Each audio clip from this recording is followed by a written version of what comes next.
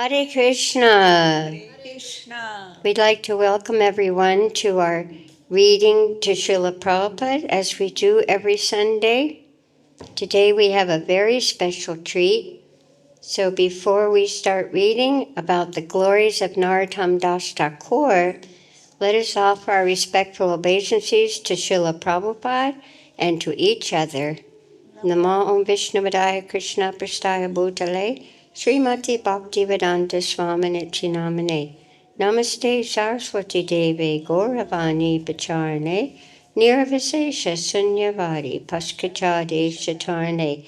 And to each other, Vanchakalpadurvyascha Kripa Sindhu Bhyevacha Pachitanam Pavanebhyo Vaishnavebhyo Namo Namaha. So for those of you online, today is Parents' Day of Srila Narottam Das Thakur. So we agreed that when these days fall on Sunday, then we will read and glorify that personality. So if you happen to have the book, The Glorious Life of Srila Narottam Das Thakur by Srila Prabhupada's disciple Sitala Dasi, we're going to start. Did you get that, Jagadish? Should I hold it up for you?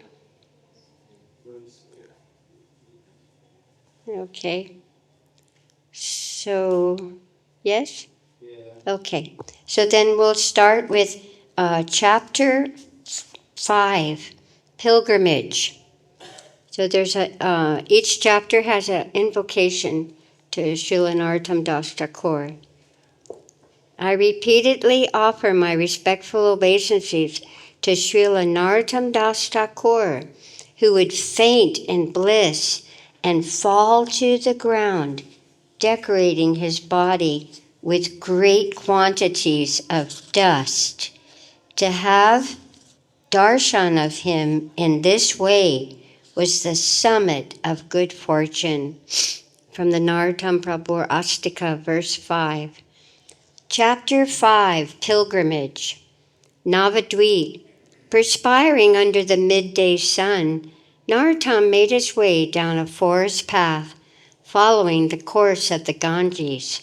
After many long hours, he pushed through the thick leaves into a clearing. He scanned the horizon carefully. In the distance, he spotted the faint outline of a town, a hazy glimmer above the acres of brilliant green paddy fields. His heart pounded as he realized that it must be the crest jewel of all holy places, Sri Navadvip Dham. His body quivered and tears came to his eyes. Dropping to the ground, he offered his obeisances and called out, "All glories to the residents of Navadvip, the associates of Lord Gauranga."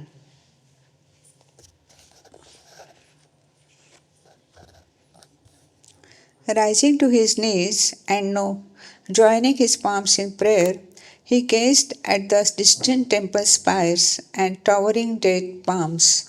He remembered how many nights he had lain awake in bed, dreaming of visiting the pleasure grounds of Lord Gauranga's pastime. Suddenly, anxiety gripped his mind. Even the greatest of demigods are unable to comprehend the glories of Navadvip.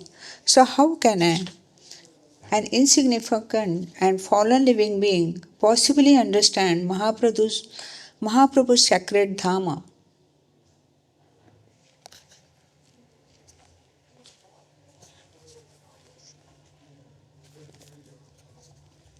"Oh, Nadia," he pleaded, "give me your mercy, for without your mercy I cannot understand anything about the transcendental nature of Sri Chaitanya Mahaprabhu's appearance and activities."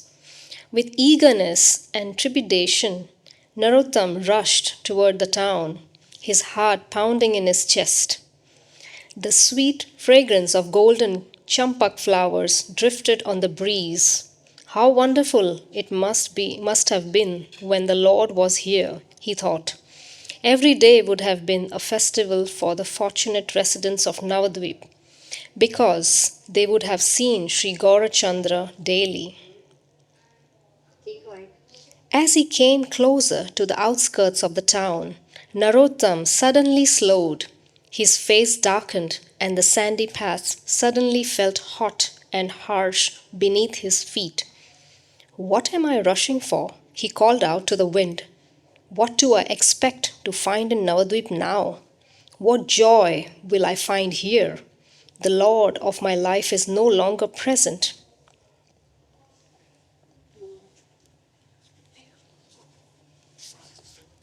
Tears burned at the corners of Narottam's eyes. Baby Nimai no longer crawls in Jagannath Mishra's courtyard, he lamented, and Sachi Mata will not be cooking for her beloved Nimai.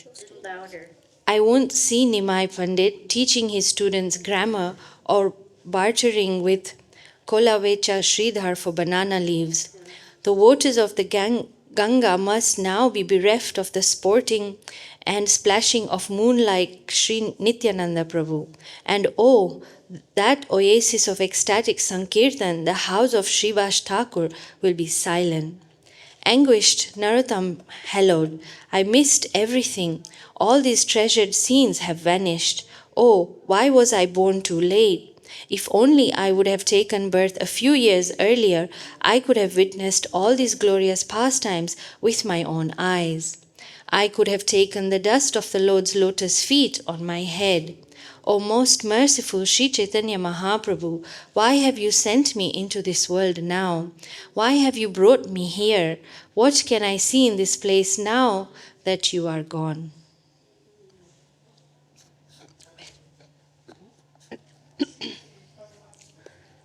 Although Narottam grieved, his feet did not turn back.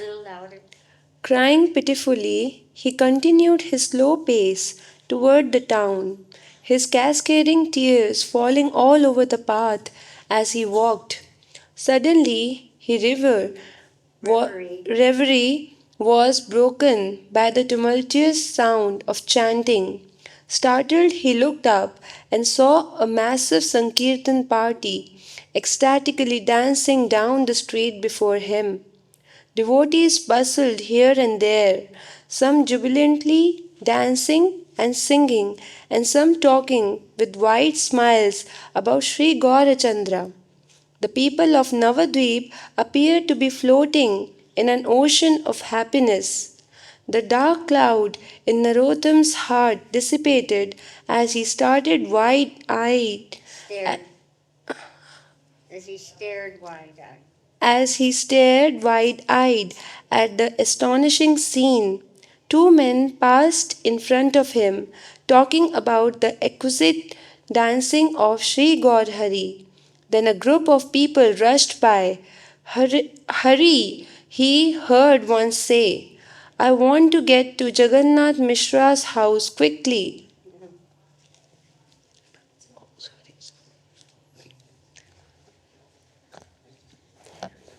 Jagannath Mishra's house?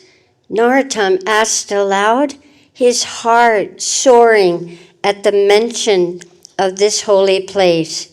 Swept up by the devotee's ecstasy, Narottam called out, "Wait for me!"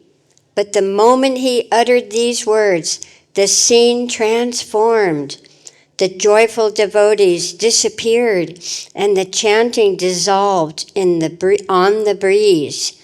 What had been a bustling town a moment before now appeared desolate, as if enveloped in the darkness of a moonless night. Narottam gasped. He was rooted to the spot. Solemn villagers passed him as he stood paralyzed, a crushing realization dawning. My cruel eyes have deceived me. What I saw a few moments ago must have been the joyful Nadia of Mahaprabhu's time, and now I see the terrible reality. This is a town of ghosts in his absence. Narottam stumbled forward, finally sinking to the ground beneath a massive fig tree. "Oh, my Lord," he cried out, "why do you tease me so? If only I could see that incredible vision again." If only I could enter into it, become a part of it.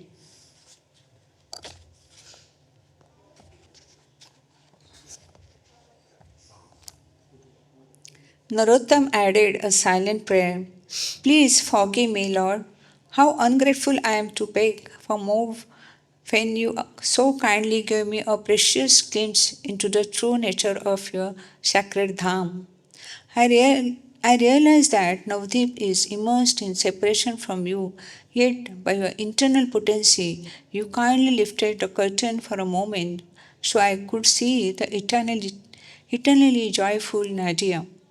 Narottam sat for a while beneath the tree, contemplating the extraordinary darshan he had been given. Meanwhile, a very old Brahmana shuffled towards him. He stared at Narottam curiously and then came closer and asked softly, "Who are you? You must be a devotee of Nimai because by glancing at you, simply by glancing at you, my body has become cool from the sun's scorching heat." His reverie broken, Narottam bowed respectfully to the Brahmana and introduced himself.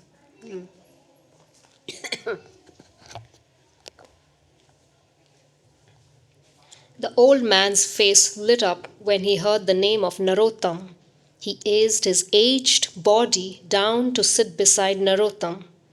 Everyone in Gouda has heard of you and your journey from Vraj with the Goswami's books, he said. Is this your first visit to Navadvip? Yes, Narottam answered. I have come to see the pastime places of Sriman Mahaprabhu. It would be the greatest honor to meet any of his associates. I suppose you're wondering what this place was like when Nimai was here, the old Brahmana said as he looked around. Narottam nodded.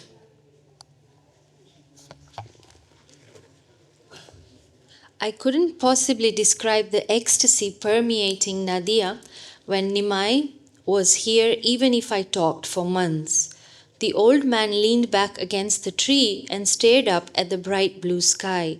He let out a long, deep, anguished breath. Ah, what a fool I was, he said. I knew Nimai from his very childhood, but I didn't understand that he was the Supreme Lord until much later. Tears welled up in his eyes as he reminisced. But I always adored that boy. He was fascinating to look at, with his luminous golden face, pinkish lips, and beautiful elongated eyes. You could not help but be captivated by him. Narottam stared at the old man with amazement. You actually knew Mahaprabhu? Ah, yes, yes, he said, smiling brightly. What a mischievous boy he was, too. Every day he would enter a neighbor's house and steal something. He drank milk in one house, ate rice in another, and if he couldn't find anything to eat, he would break the clay pots. If there was a baby in the house, Nimai would pinch it and make it cry. If anyone saw him, he ran away. If he was caught, he would grasp that person's feet and plead, Please let me go this one time. I promise I will never come back and steal anything. Please be merciful. The Brahmana chuckled as he added, With that sweet smile, no one could be angry with him for long.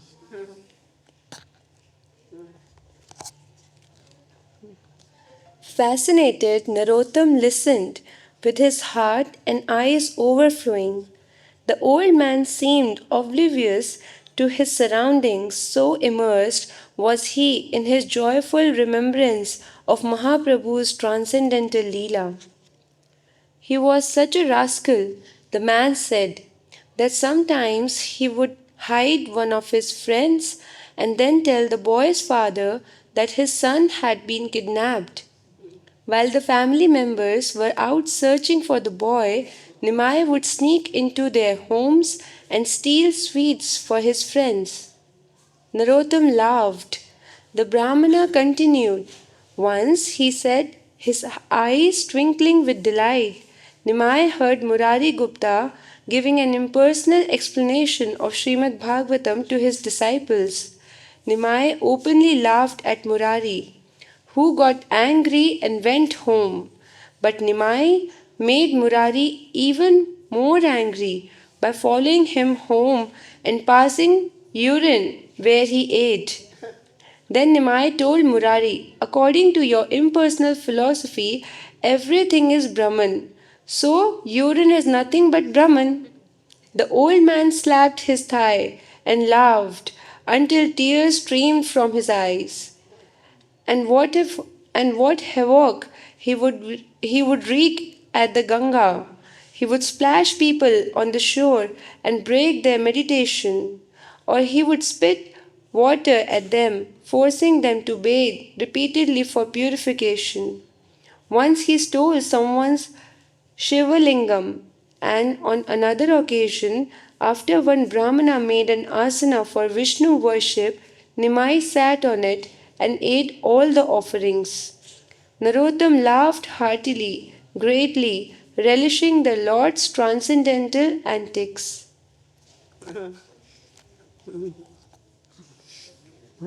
Sachi. Yeah. Sachimata tried her best to reform Nimai, but he ignored her and continued making mischief with everyone in Navadvip. Even though he was a notorious tease, he was still the joy of Nadia. Everyone loved him even more than their own children. Narottam urged the Brahmana to continue, and later, when Nimai grew up, what was he like then? Please tell me everything. Your words are as sweet as water to my parched lips. Oh, the old man said. Then the people in Nadia saw him as a proud and arrogant scholar. We called him the scholarly king of the city of learning. Why was that? Narottam asked. Because he spoke with eloquence and his voice was musical. His speech was poetic because he interspersed it with the sparkling gems of his profound and imaginative thought. But after he went to Gaya and accepted initiation from Sri Ishwarapuri, he was a different person. His arrogance was gone along with the pride in his scholarship. He was extremely humble and would fall at the feet of any Krishna Bhakta and offer him menial service. Nimai would carry their offerings for their Ganga Puja or wring out their wet garments after they had bathed. He seemed always absorbed in trance. Whenever he met a Vaishnava, he would ask, "Where is Krishna? Where is Krishna?" How did that affect the villagers and his family and friends? Narottam asked.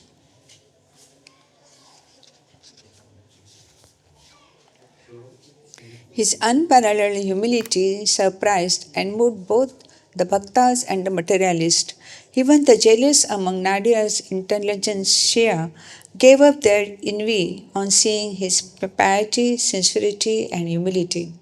The old Brahmana suddenly frowned, the smile fading from his lips as he shook his head, and then he shocked us all. None of us could understand what drove Nimai to accept the life of an ascetic. The Brahmana shuddered. I cannot bear to think of him like that, with his head shaven and wearing a kaupena. Everyone in Navadvipa became miserable when young Nimai left for Nilachal. It seemed impossible to tolerate.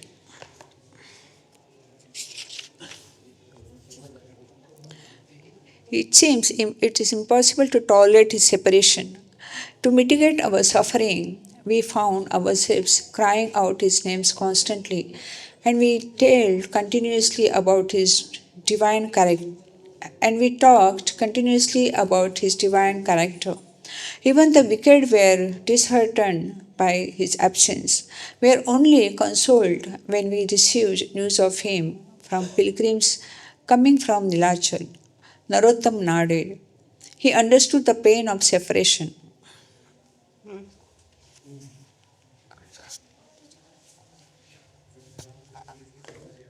A flush of gloom shadowed the Brahmana's somber face. Then the terrible day came when he heard about Nimai's sudden disappearance in Nilachal. It was an intolerable shock for all of us living in Nadia. The misery of the devotees here was beyond description. Unable to bear his separation, many of his companions left this mortal world or moved away.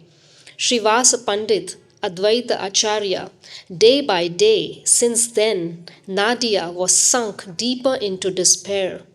Now, this same Nadia, which was flooded with love of God during Mahaprabhu's time, is flooded only by the tears of his devotees, who are lost without his association.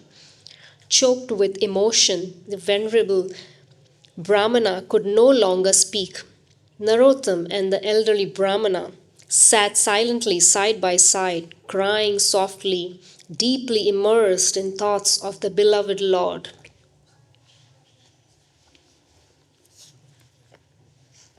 You can read a little longer. It's only a few of us here. After some time, the old Brahmana shook off his despondent mood. Sitting straighter, he smiled brightly and turned to Narottam. Under this very tree, Nimai studied the scriptures, encircled by his companions like the moon surrounded by the stars. Lowering his voice, he confided, "One day, not long ago, I actually saw Nimai sitting right here beneath this tree, surrounded by many disciples. I was so overjoyed that I fainted.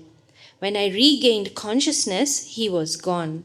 From that day, I understood that Nimai and his companions are always here in Navadvip and can reveal themselves whenever they desire.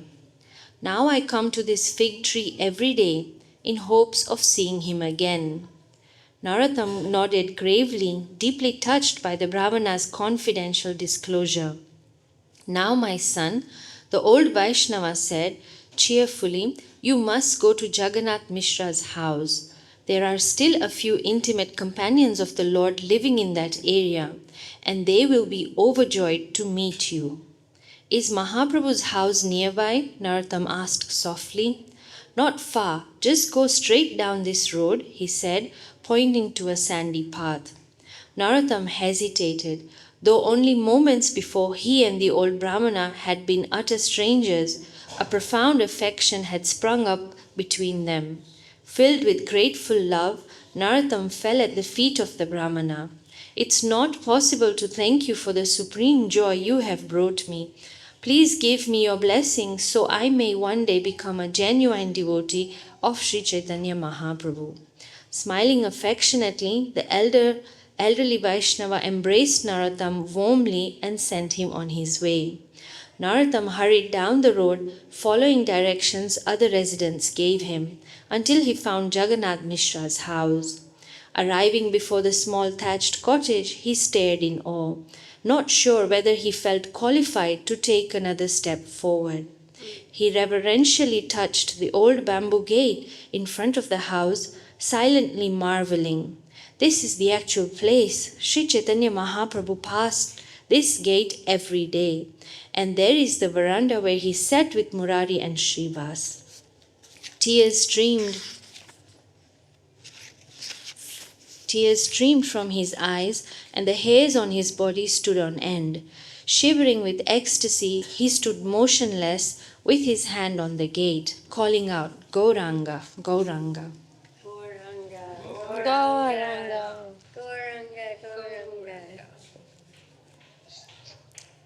Narottam felt a hand on his shoulder and turned to see an aged brahmachari smiling at him, his face bright with the light of a long saintly life.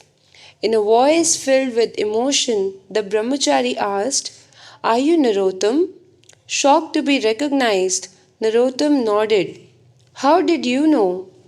"When I saw the transcendental symptoms of ecstasy that manifest in your body when you simply looked at Mahaprabhu's house, I knew you must be the disciple of Lokanath Goswami we have heard so much about."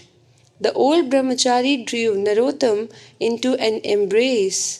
My son, we have been waiting for years to meet you.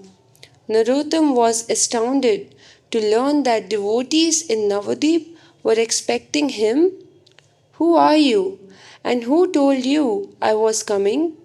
The old brahmachari smiled again and said, long ago, when Sri Chaitanya Mahaprabhu travelled to Ramkeli, he fell into an ecstatic trance and loudly called out your name.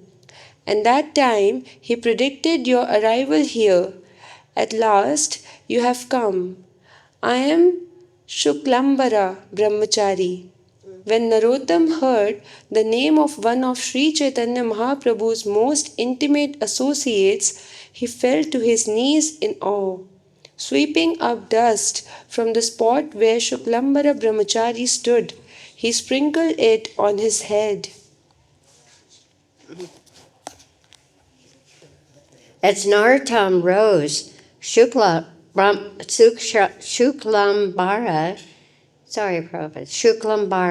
took him by the arm. Come with me, he said, excitedly ushering him toward the house. I will show you Mahaprabhu's house. Trembling uncontrollably, Narottam followed Shuklambara. As soon as they entered this sacred residence, Narottam dropped to his knees, crying, Ha Gauranga! Ha Gauranga!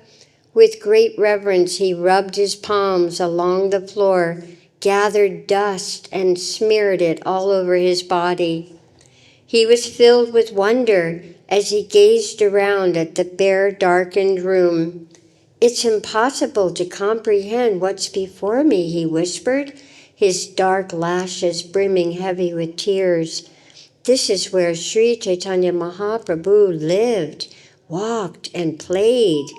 These fortunate floors felt the touch of my beloved Lord's lotus feet. Standing up, he shuffled forward a few steps and placed his forehead and hands against the wall. And these walls witnessed everything. Narottam's hair stood on end, and his body shivered as he remembered the transcendental pastimes that had taken place there. He said, but now there is only silence. If only I could have seen. If only I could have been here. His heart burned with regret and longing. He suddenly realized there was someone else in the room. Stepping closer, he saw a hunched old man in a corner. Slow, desolate tears ran from his unblinking eyes and dripped steadily onto the dusty floor. Yet he shone with a brilliant effulgence. Narottama could hear the heavy sighs that were escaping his lips as he whispered, Mahaprabhu, Mahaprabhu, again and again. This is Sri Ishana, Shuklambara said. He was Sachimata's servant. No one can understand his fortune. He lived in this house with the Lord, sharing in all his childhood pastimes. Nimai was so attached to Ishana that he wouldn't go anywhere without him. Nimai was also Ishana's life and soul. After Sachimata left this world, Ishana humbly served Sri Vishnupriya Devi for many years.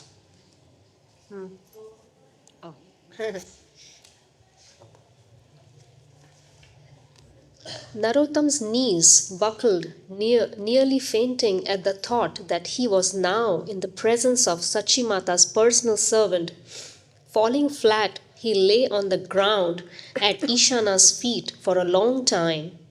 Eventually, he pulled himself up to his knees. With immense reverence, he stared speechlessly at Ishana, Thakur's radiant, wrinkled face. Shuklambar spoke softly into Ishana's ear. Narottam of Kheturi has come. Sri Ishana opened his eyes. Raising his aged, stooped body, he extended his thin arms to embrace Narottam tightly. His penetrating eyes glistened with tears. "My dear son," he said in a quivering voice, "today my desires have all been fulfilled, for I have had the opportunity to meet you. I have lived in hope that I would see you one day. Otherwise, I would have given up this body long ago." Placing his soft palms on Narottam's cheeks, Sri Ishana affectionately studied Narottam's face. "You remind me so much of Nimai, with your lotus eyes and golden complexion," he said lovingly. "We have been burning in a fire of separation from Sri Chaitanya. Now you have come to soothe our aching hearts." "Soothe you?" Narottam was aghast. "You are the personal servant of the Lord. How dare I stand in your presence? I am so low. You should not even touch me." Saying this, Narottam bent low in reverence. "Come here, Narottam," Shuklambar said, walking toward the adjoining room. "See, these are Mahaprabhu's shoes." Narottam's body quivered at the sight. Wrecked beyond bearing the extremes of joy and grief, he took hold of the shoes and pressed them on his chest, wetting them with his tears. And here is his chadar, and these are his ankle bells. Shuklambara led Narottam through the house, showing him everything. "This is the bed where he used to sit, and this is his drinking cup." Shuklambara's voice trembled with emotion. "We have left everything exactly as it was when the Lord was here. Over here is Mahaprabhu's sleeping place," he said, gesturing to a corner in the room, "and over here is where Vishnupriya would chant japa. After Mahaprabhu left home, she would sit here for hours every day, fully immersed in calling out the name of her beloved Lord. For each round she chanted, she would set aside 1 grain of rice. When she had finished chanting, she would cook that tiny pile of rice and offer it to Mahaprabhu. That is all she would accept for prasad. When Sachimata left this mortal world, Vishnupriya would not leave this room. The door was always closed. Ishana would hand her water through a gap in the door."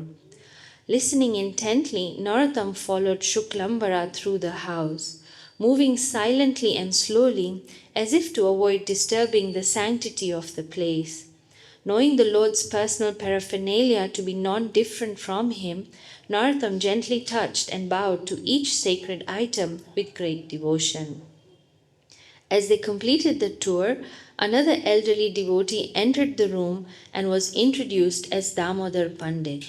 Eager to show Narottam around the Navadvip area, Damodar Pandit and Shuklambara escorted their guest outside and led him down a path 200 meters to the north to the house of Srivas Thakur.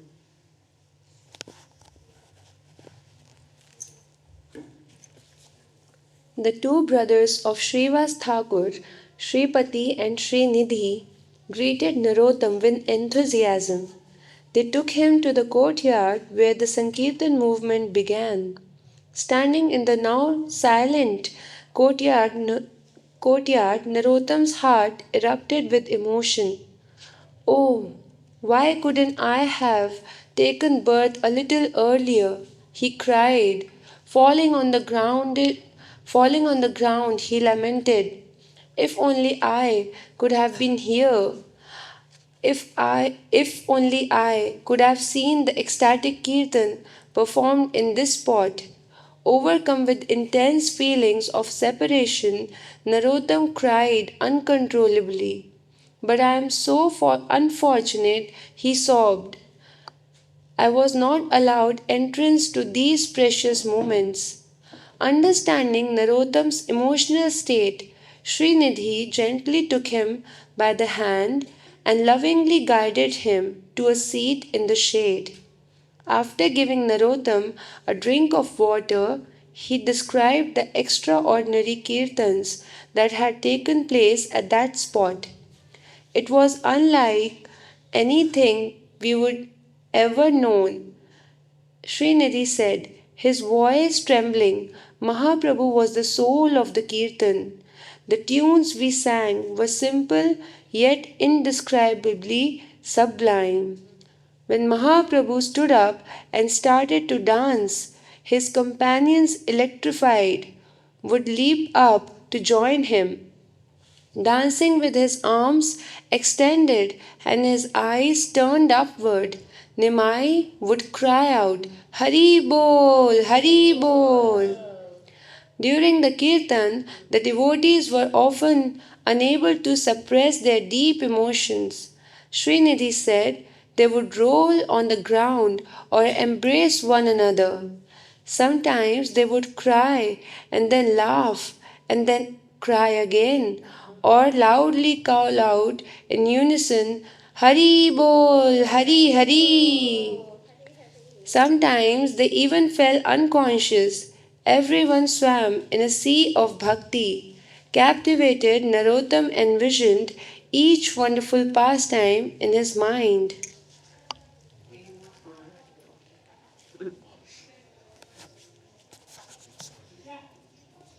Once, Sripati said, while Srivas was worshipping the deity in the temple here, Sri Chaitanya Mahaprabhu knocked on the door.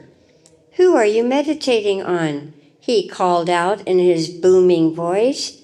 He whom you are worshipping is standing here before you. When my brother opened the door, he saw the resplendent form of Lord Vishnu before him. Currents of joy ran through his body, and he fell into a trance of ecstasy. Barely able to catch his breath in his excitement, he yelled for the rest of the family members to come, and after gathering together the articles for worship, he performed arti to the Lord while offering continuous prayers. Finding comfort in expressing both their love and their grief, the two brothers recounted one incident after another that had taken place in the house of Srivas Thakur. Nartam, Suklambara, and Damodar Pandit relished every detail. Your back is to the camera. The group spent the entire day absorbed in between the pastimes, barely noticing that the sun had set. That evening, after returning to Mahaprabhu's house with Shuklambara and Damodar Pandit, Narottam lay on the floor inside and stared up at the underside of the thatched roof, wrapped in thoughts of Sri Chaitanya, until even the night birds calling in the trees had fallen silent. His heart swelled with gratitude as he pondered how merciful Sri Chaitanya Mahaprabhu was to allow such a fallen soul to enter his holy dham. He yearned for the Lord's association with an unprecedented passion. What could be more painful than to see these pastime places without seeing the Lord himself here? It's like looking at an empty stage without the actors. Narottam eventually drifted off to sleep, these thoughts on his mind. Late in the night, to appease Narottam's lamenting heart, Sri Chaitanya Mahaprabhu and his associates appeared in a dream. They were chanting and dancing ecstatically, just as they had done in the house of Srivas long ago. Sri Chaitanya Mahaprabhu spun like a golden whirling firebrand. Sri Nityananda leaped ecstatically by his side, surrounded by Sri Gadadhara and Sri Advaita Acharya and Murari Gupta and many other exuberant devotees. Having witnessed this extraordinary vision, Narottam's heart, burning in the fire of separation, was cooled and soothed, and when he awoke, he was filled with the joy of meeting his beloved. The following morning, Narottama met many more devotees. he visited numerous places where Sri Chaitanya Mahaprabhu had played, sat, wandered, and performed kirtana. Hours passed like minutes as he listened to the description of Mahaprabhu's pastimes from the mouth of the devotees who had personally witnessed them. Narada marveled at the depth of attachment he saw in their time worn but animated faces. He was reminded of the wonder Uddhava experienced when he saw the love of gopis had for Sri Krishna. The devotees of Navadvipa, who had once danced and conversed personally with Sri Chaitanya, were now barely alive in his absence. The only panaka for their burning hearts was constant remembrance and glorifications of the Lord.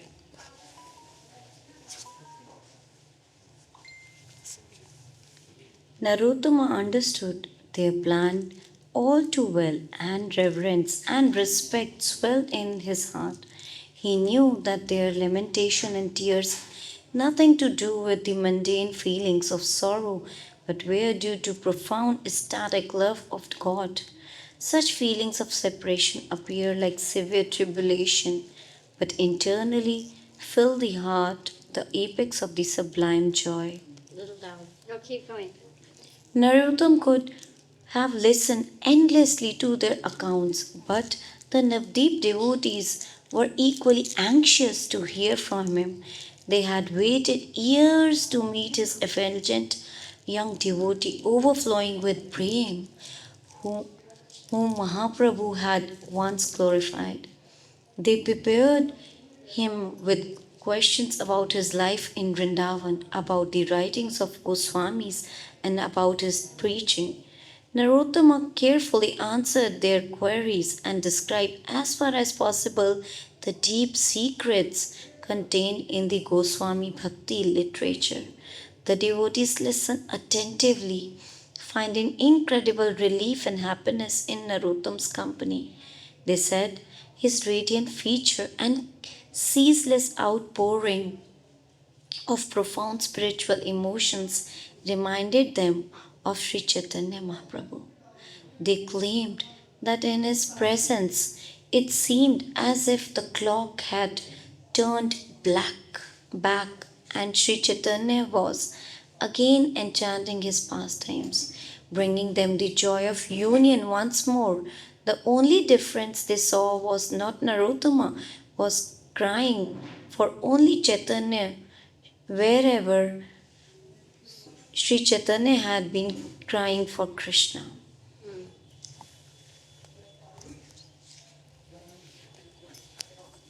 As Narottam and the residents of Navadvip bathed in the delight of one another's company, days passed rapidly. Though his heart beat wildly at the thought of leaving Navadvip, Narottam approached Shuklambar Brahmachari and humbly asked for his permission to continue his pilgrimage to Jagannath Puri. Shuklambar's kind eyes reflected both the love and sadness in his heart. Mahaprabhu kept us alive only to see you, and now your visit has given us great consolation. It's made us forgot our grief for a while, but there are many more devotees waiting to meet you, so it's right that you should go. By Sri Chaitanya's wish, you will certainly execute his plans and perform wonderful service. Narottam blinked back tears. One by one, other devotees gathered to bid Narottam goodbye. A painful lump grew in Narottam's throat, and his eyes burned as he bent reverentially to touch each devotee's feet. As he said farewell to the last devotee, he collapsed in the courtyard of Mahaprabhu's house and cried uncontrollably. Leaving was unbearable, but he had to go. A gentle breeze blew, reminding him of the ocean at Puri that awaited. Checking his emotions, he picked himself up and began to walk along the road that led south toward Shantipura. After a few minutes, the road began to curve, and the villagers that stood watching him leave would soon disappear from sight. He cast one last glance over his shoulder as the sad faces of Navdeep followed him with tear-filled eyes. Everybody's always crying. Continue. Jagannath Puri.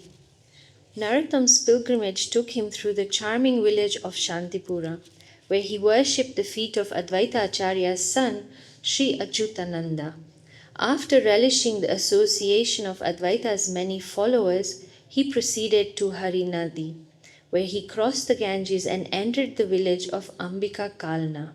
There he met Shyamananda's spiritual master, Hridaya Chaitanya, and was fortunate to receive the darshan of his famous Gaur Nitai deities.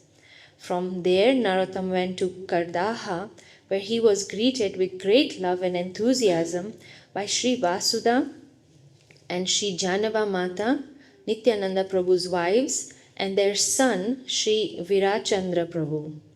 Thus, traveling from one village to another and meeting many of Mahaprabhu's associates, Narottam remained in a continual state of divine ecstasy. He cried, shouted, laughed, and even fainted as he listened to the great souls recount their pastimes with the Lord. With every anecdote, Narottam's feelings of separation from Sri Chaitanya Mahaprabhu deepened, and he found himself breaking out in spontaneous songs of lamentation and hankering for the Lord's association. Lost in thought of Sri Chaitanya, Narottam then headed toward Jagannath Puri, following the same path Sri Chaitanya Mahaprabhu himself had taken years before. At night, he stopped in the same villages the Lord had chosen to rest in, and in each place he discussed Krishna Katha with the local people, just as Mahaprabhu had done.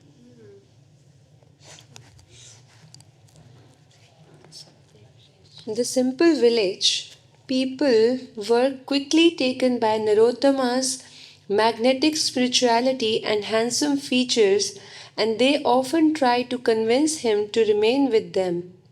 Each morning, when Narottam prepared to resume his journey, crowds of people swarmed around him, following him as he walked.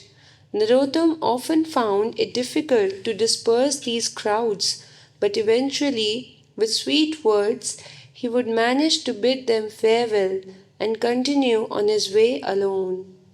In one village, Narottam met an elderly gentleman who had met Sri Chaitanya Mahaprabhu.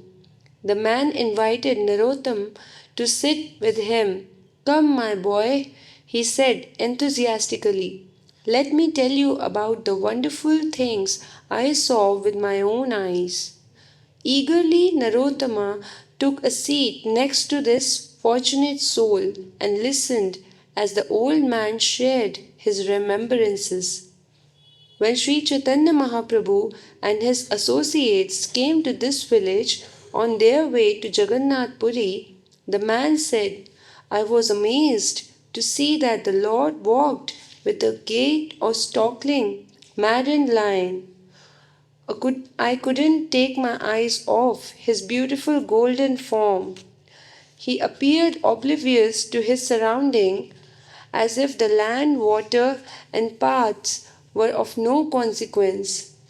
His devotees, Nityananda, Gadadhar, Mukunda, Govinda, Jagadananda, and Ramananda, stayed by his side to protect him from harm. When he sat with the devotees to respect prasad, I saw that he ate hardly a morsel. He was so anxious to reach Puri that in the middle of the meal he got up and, with a thunderous roar, yelled, 'How far is Jagannath Puri? How far is Jagannath Swami?' Seeing the Lord's impatience, Mukunda started to sing, and the Lord began to dance. Narottama's smile broadened when he heard of the Lord's eagerness to reach Jagannath Puri.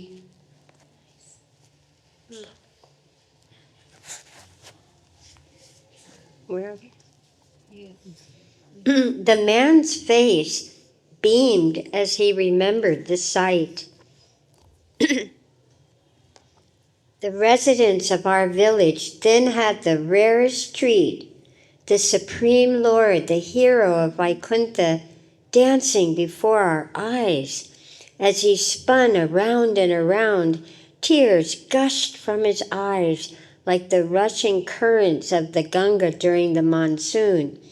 We were all drenched by them.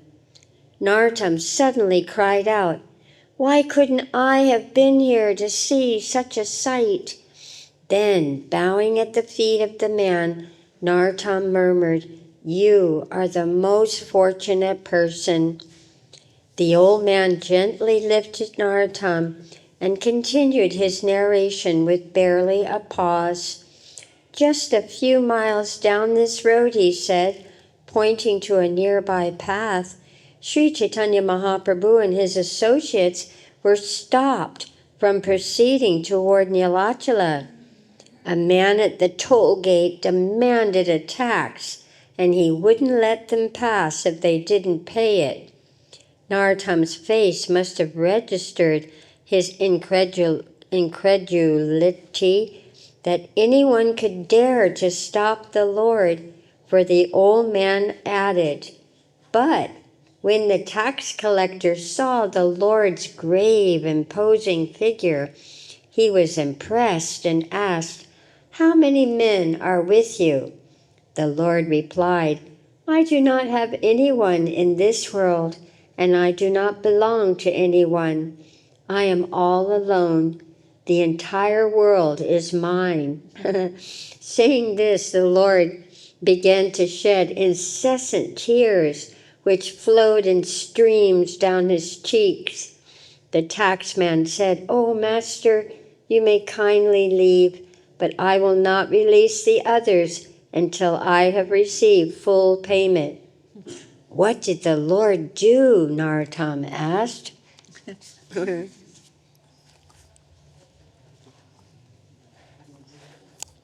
The old man's voice shook with emotion. He left the devotees and, after traveling a short distance alone, sat down.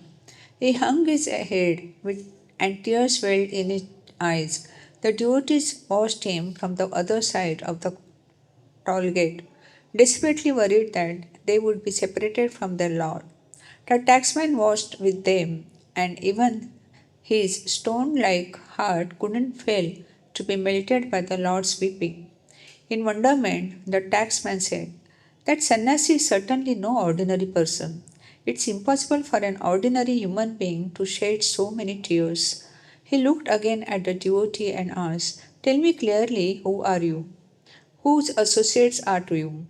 They replied, "That sannyasi is our master. You must have heard of him. His name is Krishna Chaitanya. We are his servants." And they all then began crying tears of divine love for their Lord.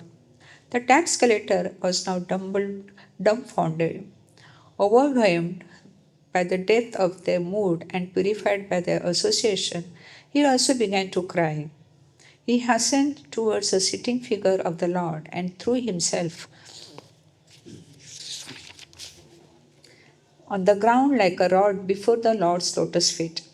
Humbly he said, "The great fortune of seeing you is the result of many millions of lifetimes of pious activities. Kindly forgive me for my offenses at your feet. I pray you and your devotees will arrive safely in Nilachal." Lord Chaitanya blessed the tax collector, and the party continued on its way.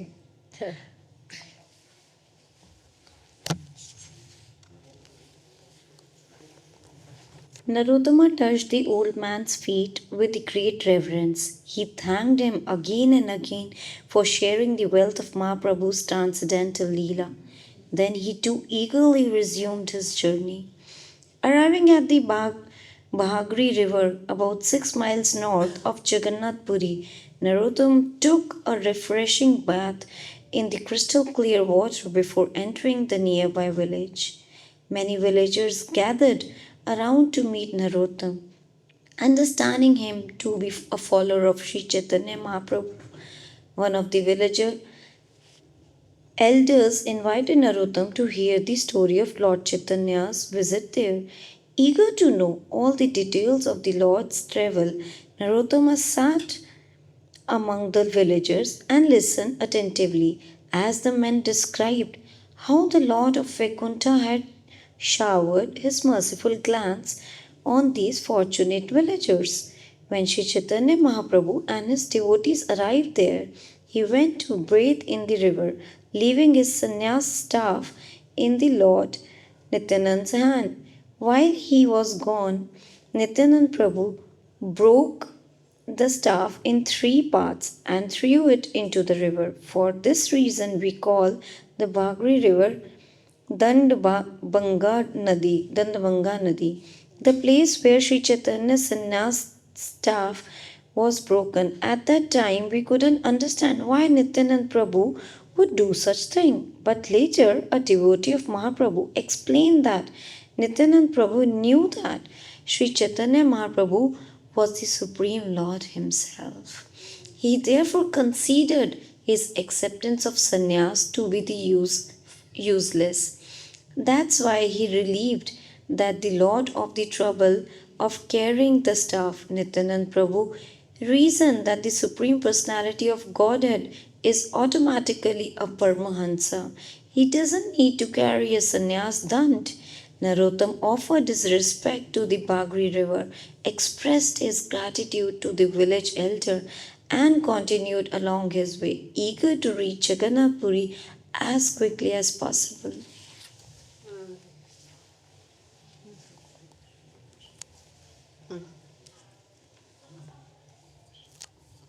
Narottam's heart raced as he entered the sacred township of Purushottam Kshetra, Jagannath Puri, the abode of the Supreme Person. He shivered with delight to think that this tract of land, spreading over 80 square miles, was the Lord's eternal residence. It had always remained intact, unscattered, even during cosmic annihilations.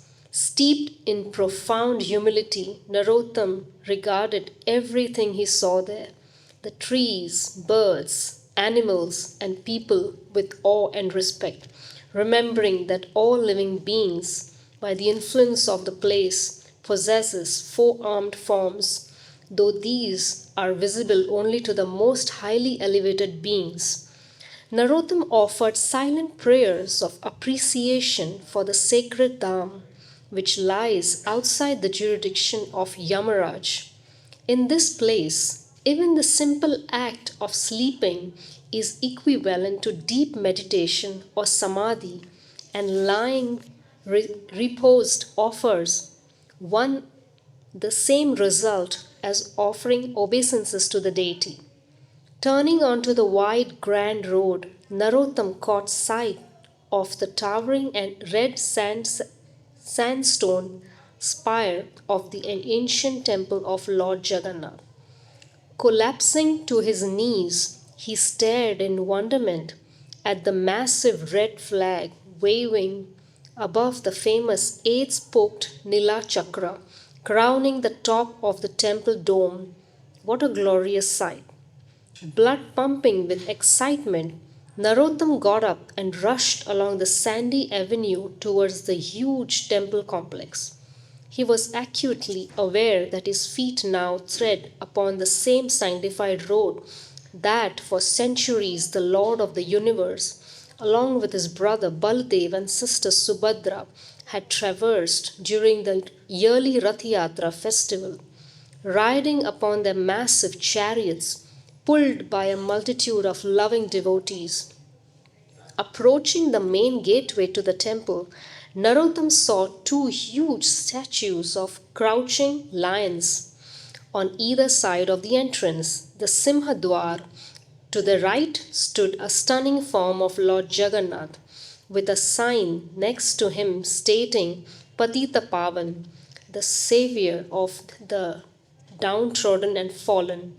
Narottam fell prostrate before the smiling Lord.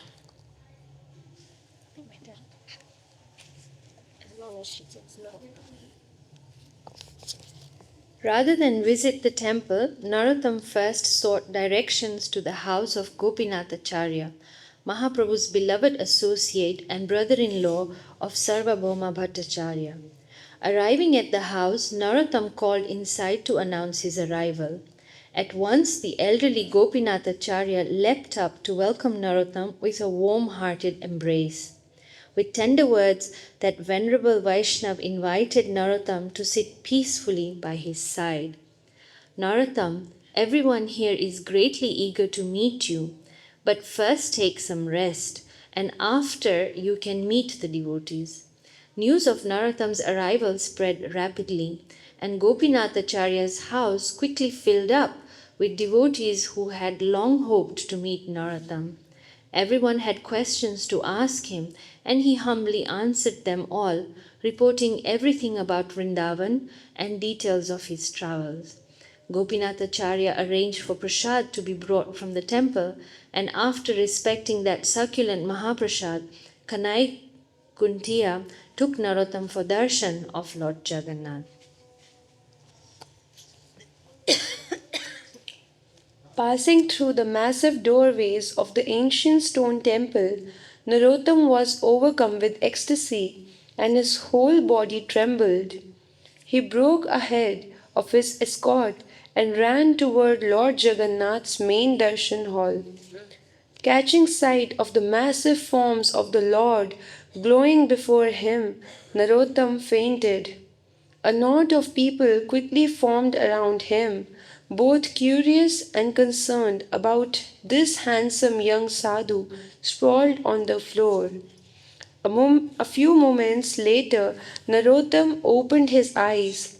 Oblivious to the people gawking at him, he sat up, his gaze falling on the Garuda Stamba. Jumping up, he ran to the Stamba, where he stared, entranced at the stone column topped by Garuda.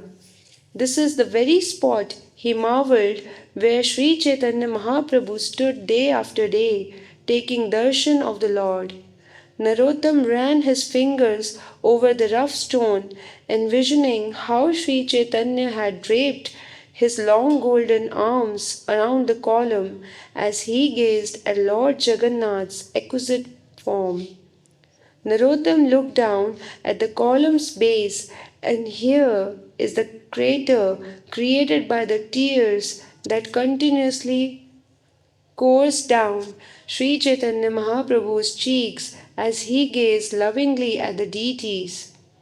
Narottam touched the groove in the floor and then saw the imprint of Mahaprabhu's hand on the wall. He rested his head against that sacred impression. All this was unfathomably too much for his mind to comprehend.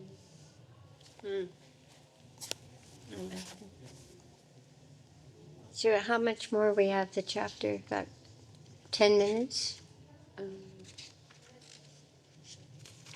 It's A little bit. yes, it's there. Can we go on for 10 more minutes? Okay. It's Where are we? And I'll try to read it faster. Where are we? by now. By now, a crowd had formed around Narottam, but he saw none of them.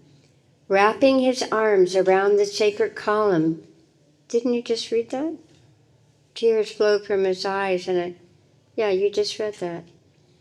All the people who had seen Sri Chaitanya Mahaprabhu, both the local people and Lord Jagannath's pujaris, were overjoyed to see this extraordinary saint who so utterly resembled Sri Chaitanya Mahaprabhu. Though Narottam felt such separation, Puri's residents who had been missing the Lord for so long now felt as if they were again in his company. For them, it was as if Mahaprabhu's pastimes were being replayed. Everyone was ecstatic. Narottam didn't move from his spot for the entire afternoon, observing all three Artik ceremonies. Finally, Kanai Kuntiya urged Narottam to return to Gopinathacharya's house. The following morning, Narottam went to the house of Kashi Mishra, where he entered the hallowed Gambhira, the small room where Sri Chaitanya Mahaprabhu lived during the last years of his manifest presence. The Lord had remained in a constant state of divine love during those years, manifesting the symptoms of ecstasy and separation from Krishna. His state of mind was practically identical to that of Srimati Radharani when Uddhava came to Vrindavan to see the gopis. Narottam entered the room quietly and reverently, fell to the ground, offering his obeisances to the sitting place where Sri Chaitanya Mahaprabhu had chanted japa. Placing his head on the asan, he breathed in its fragrance. With profound respect, he touched the bed of kandali leaves where Mahaprabhu used to lie while Swarup Damodar massaged his legs. Crying incessantly, he offered respects to each and everything in the room. Touching the Lord by touching his divine paraphernalia, Narottam felt his presence, and his feelings of burning separation eased. Overcome with ecstasy, he rolled in the dust of that sacred site.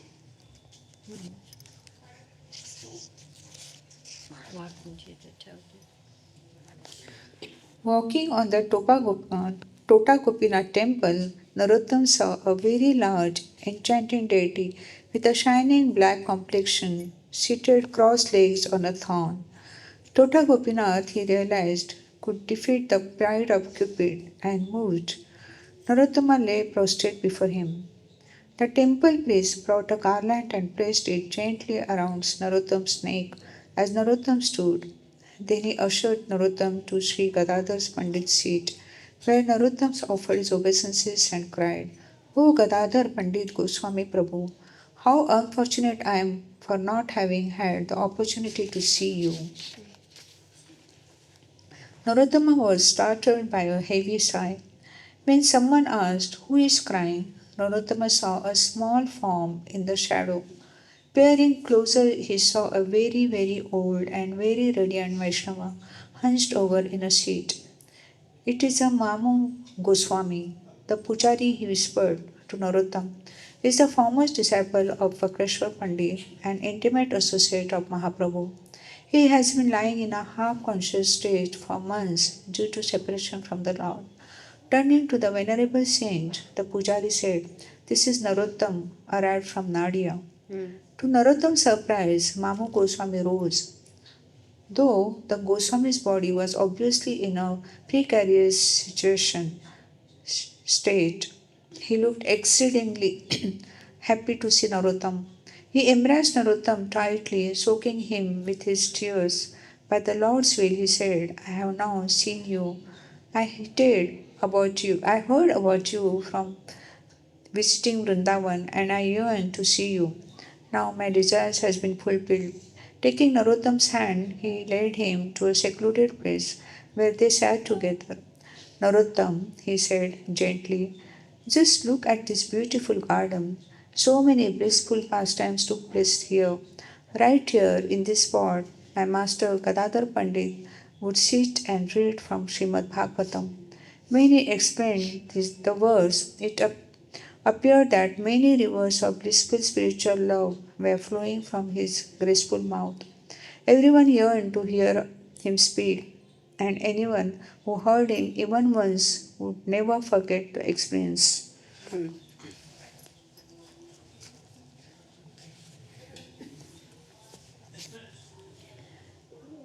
Lord Gaurhari, the master of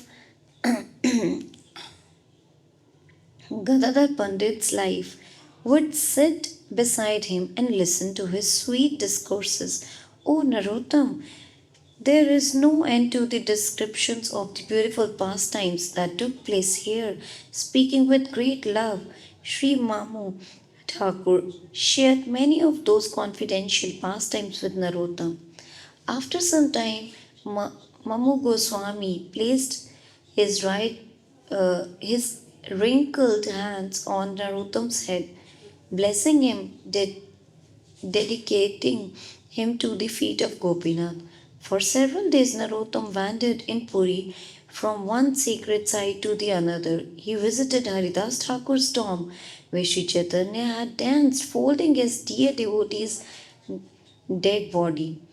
He went to the beach where the Lord had danced to the rhythmic crashing of the waves. He saw where the Lord had run through, through the sand dunes, mistaking them for Govardhan Hill.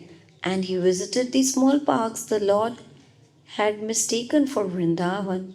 One night, Narottam lay awake in Gopinath Acharya's house.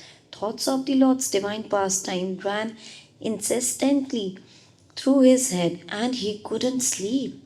After many hours, his finally drifted off into the vivid revelatory dream. Narottam found himself standing on the large white grand road not far from the Lord Jagannath's temple. He was stunned to see coming down the road three magnificent chariots. It was the Rath Yatra procession. In the front of Lord Jagannath's chariot, Narottam saw Sri Chaitanya Mahaprabhu surrounded by his associates dancing in the transcendental love. Narottam's eyes drank in the beauty of Mahaprabhu's transcendental form. His beautiful wide eyes that resembled fully blossomed lotuses, his reddish lips curved in a benevolent smile, his strong neck, broad chest, and thin waist, his graceful arms that extended below his knees, and complexion of the golden molten gold which illuminated all directions. His limbs were trembling in ecstasy, and rivers of tears flowed from his eyes as he loudly chanted the holy names. Sri Chaitanya Mahaprabhu danced jubilantly among his living devotees as their melodic sankirtan roared throughout the universe. All the intimate associates who had disappeared from the world years ago were there, dancing along with the Lord. Sri Advaitacharya, Gadadhar Pandit, Murari Gupta, Haridas Thakur, Rupa Goswami, Sanatan Goswami, Koravechar Sridhar, all sang with full heart. Amazing, Haribol. So, my dear devotees, unfortunately, that concludes our 1 hour of reading to Srila Prabhupada. Today, we had the great fortune, Srila Prabhupada, of reading to you from the glories of Narottam Das Thakur. I encourage everyone at home, all devotees, to continue reading about the glories of Narottam Das Thakur today. So as we always do, let us offer our respectful obeisances to Srila Prabhupada and to each other. Namo Vishnupadaya Krishna Prasthaya Bhutale Srimati Bhakti-vedanta Swaminiti Namane Namaste Saraswati Deve Gauravani Pacharane Nirvisesha Sunyavadi Paskachade Shatarane. And to each other, Vanchakalpaturvischa Kripa Sindhu Vievacha Patitanam Pavanebhyo Vaishnavebhyo Namo Namaha. Jai Srila Prabhupada. Jai the glories of the associates of Lord Chaitanya Mahaprabhu. Haribol. Hare Krishna, Krishna Krishna, Hare Hare, Hare Rama, Rama Rama, Hare Hare. Hare Krishna, Krishna.